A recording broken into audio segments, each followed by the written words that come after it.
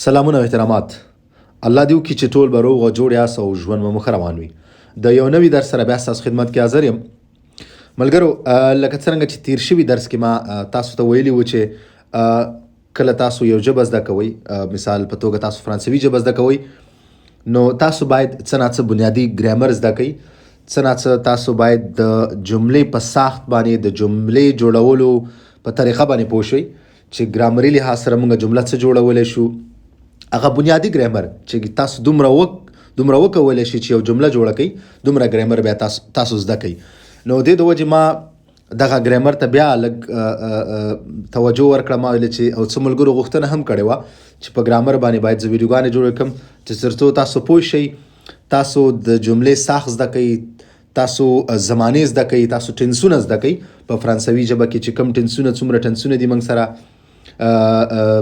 نور چې کوم بنیادي ګرامر دی هغه تاسو زده کړئ تر څو تاسو وکولی شئ چې تاسو ژبه په اسانۍ سره زده کړئ. په لیکلو یې هم زده کړئ، ساخت یې هم زده کړئ او تاسو یې وویلی شئ.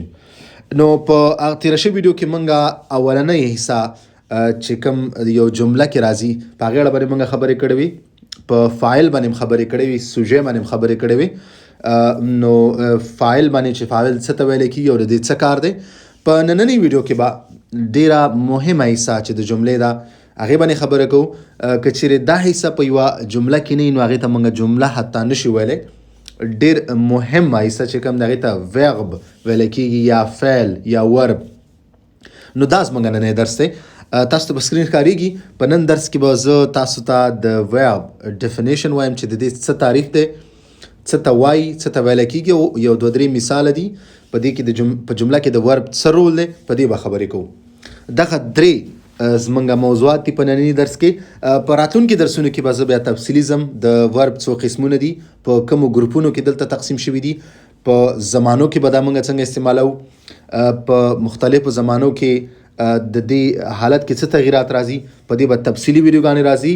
ورب ډېر زیات ضروری دی، ډېر مهم دی. لکه څرنګه چې مخکې ما وویلې دې نه بغیر تاسو جمله جوړولی نه شئ. او په فرانسوي ګرامر کې فرانسوي ژبې چې کوم ګرامر دی دې کې ورب ډېر زیات غټ رول دی. په ګروپونو تقسیم شوی دی، قسمونه یې دي، بل په هره زمانه کې د دې هغه حالت او سپیلنګ دا بدلیږي. نو دا به په تفصیلي په دې باندې زه انشاءالله په راتلونکي کې دی نه بعد ویډیوګانې جوړم. نو تاسو دغه درسونه در سره تعقیب کړئ، خپلو ملګرو سره شریک کړئ، بار بار یې وګورئ تر څو تاسو پې پوه شئ او تاسو وکولی شئ چې جمله جوړه کړئ، د جملې ساخت زده کړئ. که راځو ویغب یا فعل څه ته ویلی کېږي، نو زه به د دې چې کوم تاسو ته ما تعریف لیکلی هغې نه به شروع وکړم. نو د ویغب تعریف دی: un verbe est un mot qui exprime une action ou un état. یعنی فعل چې کوم دی، ورب چې کوم دی، هغه لغت دی چې کوم موږ ته اکسپریم یعنی تشریح کوي، موږ ته واضح کوي څه شی، یو عمل.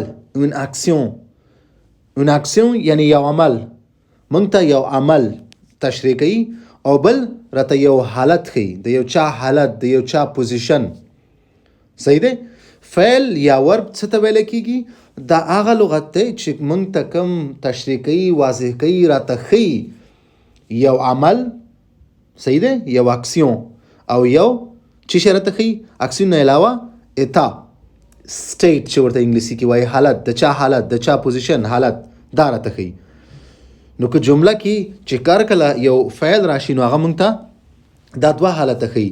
د چا یو راته یو عمل ښیي، بل راته یو د چا یو حالت ښیي. صحیح دی.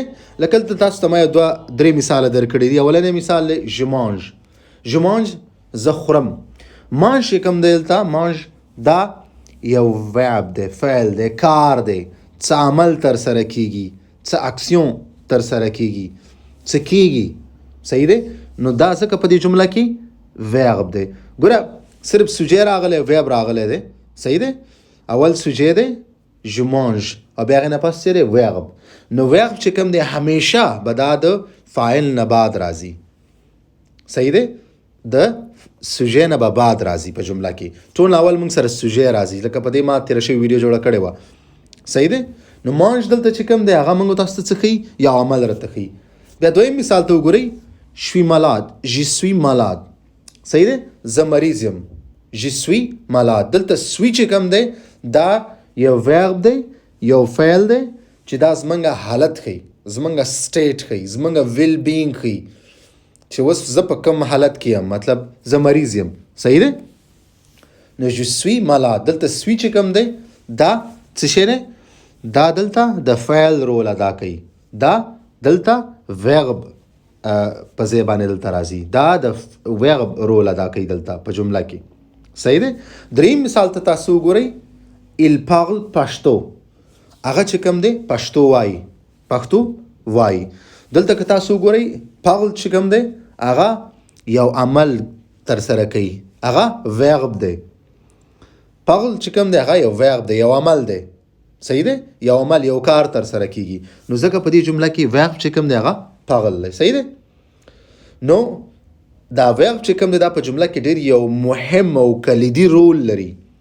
که چیرې یو فعل په یو جمله کې نه هغې ته مونږه جمله ورته نشي ویلی صحیح دی مونږ سره افعال نور قسمونه شته ګروپونه شته صحیح ده په هر زمانه کې دا د دې حالت بدلیږي د دې سپیلنګ بدلیږي د دې تلفظ بدلیږي په دې باندې به هم تفصیلي ویډیوګانې ډېرې راځي تاسو یې په توجه واورئ زه به درته چې کوم عام استعمالیږي هغه افعال هم راوړم نو فعل ډېر غټ یو زموږ او ستاسو مهم درس دی په دې ډېرې ویډیوګانې جوړېدلی شي تفصیلي ویډیوګانې جوړېدلی شي انشاءالله په دې به موږ تفصیل سره ځو او تاسو به زده کوئ صحیح ده نو دا و نننی زموږ درس ورب دغه درې مثاله چې کوم دي je mange صحیح دلته mange چې کوم دی دا mange خوړلو ته وایي زه خورم mange چې کوم دی دلته دا فعل دی ورب دی je suis malade suis چې کوم دی دلته دا فعل دی ورب دی il parle پښتو دلته parle چې کوم دی دا د ورب رول ادا کوي دا دلته ورب دی فعل دی صحیح ده